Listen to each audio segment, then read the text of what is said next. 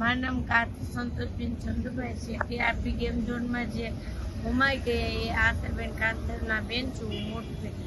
આજે અમે રાહુલ ગાંધીજીને મળવા જાય છે અને ત્યાં અમે અમારો મુદ્દો મૂકશું. પરંતુ અમે 1 મહિનાથી જે આ ન્યાય માટે માંગણી કરીએ છીએ એ આજે અમે રાહુલ ગાંધીને જઈને અમે અમારી માંગણીઓને જે અમારી 3 માંગો છે એ અમે રજૂ કરશું. ને આ દારૂ ને જુગારમાં જે લોકો પૈસા કમાય ને એ લોકોને આમાં જાત પતાલમાં મૂકે તો એ લોકોથી અમને ન્યાય મળવાનો નથી. એટલા માટે એ લોકોને આ જે એની પાસે છે એ લોકોને સજા મળે અને તેને પકડમાં લે એ માટે અમે રાહુલ ગાંધીને આ વાત કરી. હું તુષાર ગોરેજા, જયંત અનિલ ગોરેજાનો ભાઈ મોટો, જે ટીઆરપી ગેમ ઝોનમાં અંદર આવી ગયો છે. આ બનાવ બન્યો એને 1 મહિના ઉપરનો ટાઈમ થઈ ગયો. હજી સુધીમાં ક્યાંય ન્યાય મળે એવું લાગતું નથી.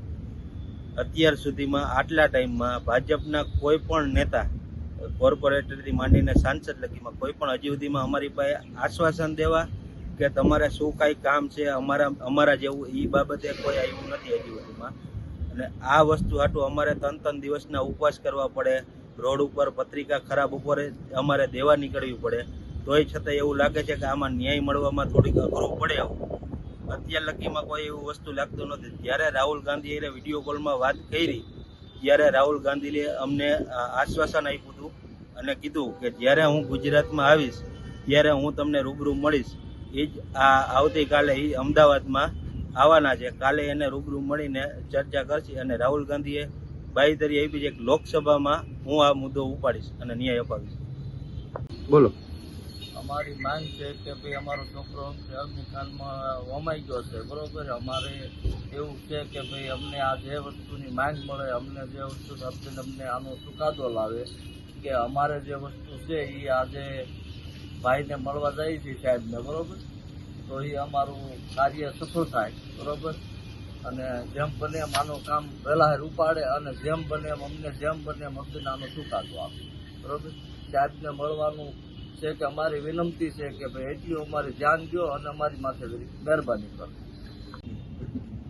હું રવિ સાવલિયા. અમે આજરોજ અમદાવાદ રાહુલ ગાંધીજી કોંગ્રેસ પૂર્વ અધ્યક્ષને મળવા જઈએ છીએ કે અમારા 3 પર્સન એમાં એક્સપાયર થઈ ગયા છે અગ્નિકાંડમાં.